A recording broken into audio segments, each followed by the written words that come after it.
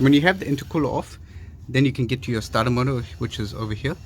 So it's held in by one bolt over here at the top.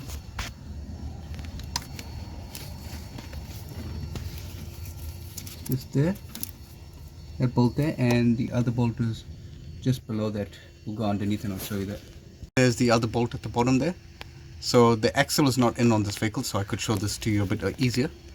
But with your axle here, it'll be a little bit more difficult. But you can still get to it. It's fairly straightforward. It's not that difficult once you take off your covers underneath the vehicle.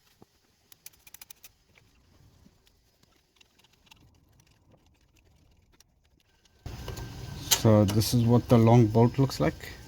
Comes with the ground cable over there, so you can just tuck that away. Keep that nice and safe. Now we'll go to the bottom and take off they're both 14 mm bolts.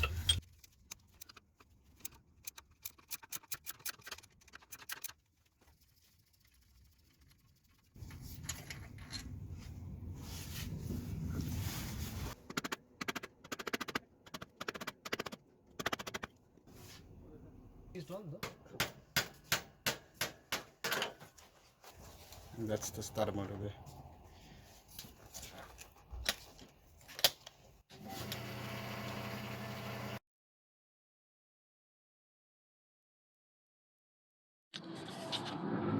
Hey everyone, so in this particular Subaru, we've got a squeaky clutch pedal.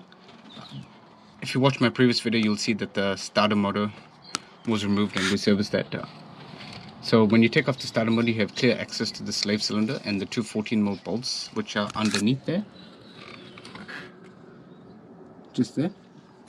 So what we're going to do is just take those two bolts off and clean up the grease that's here. It normally hardens up over time. So you clean this up and then you just put in fresh grease, and then you can also grease the pedal internally as well. So I just thought I'd cover this part because I've been asked about this part previously, because if you watch my other videos, the clutch pedal, I've got a video on the clutch pedal, how to grease that, and also how to bleed this clutch system on the version 12. It's nearly all the same stuff, so fairly straightforward. We'll just go ahead and I'll show you how to grease. Watch my other video if you want to see, because you'll need to see how to remove the intercooler and the starter motor. So that's all in the previous video if you don't know how to take those components out.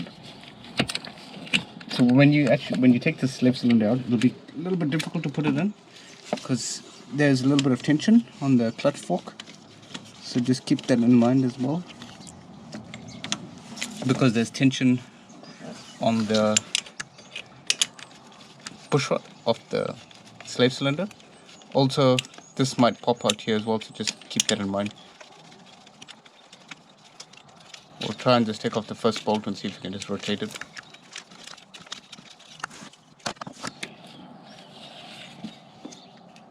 Hopefully you can see that. That's the grease I was referring to, and it's quite dry. So you don't need to take out the bottom bolt. So if I try and take you in here. This is the bottom point here that we're going to be greasing. It's all hard and crusty, so we'll just go ahead and give that all a good clean and just re-grease it. You can also pull back the boot on here just to make sure that your slave cylinder is not leaking.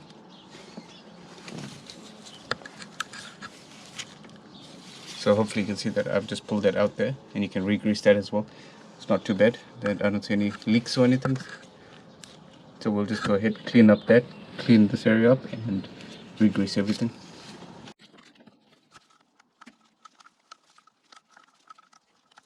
Notice how all that grease has gone hard over time.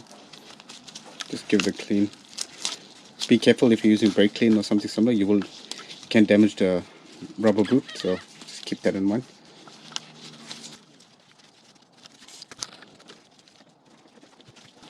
You can use a wire brush if you really need to, but as long as you just get that most of the old stuff off, generally fine. You don't be too concerned about it. We'll just go on the vehicle now and clean the clutch fork out.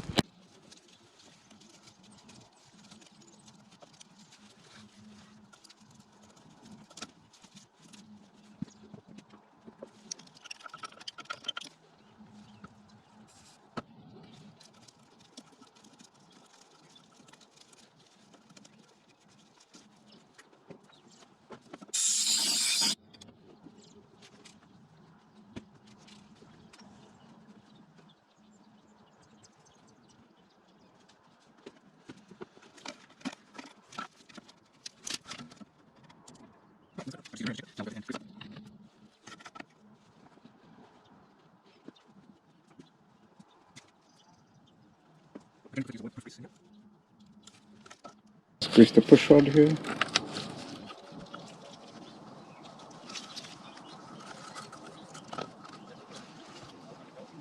Now we'll just go ahead and reinstall this back in the vehicle.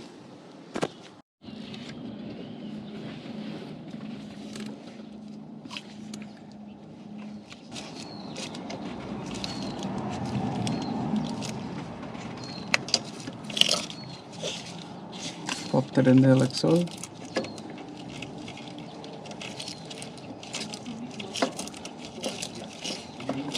And just drop this down and push that in there.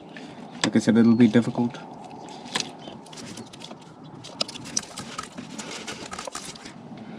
But you can do it and you will get it in there.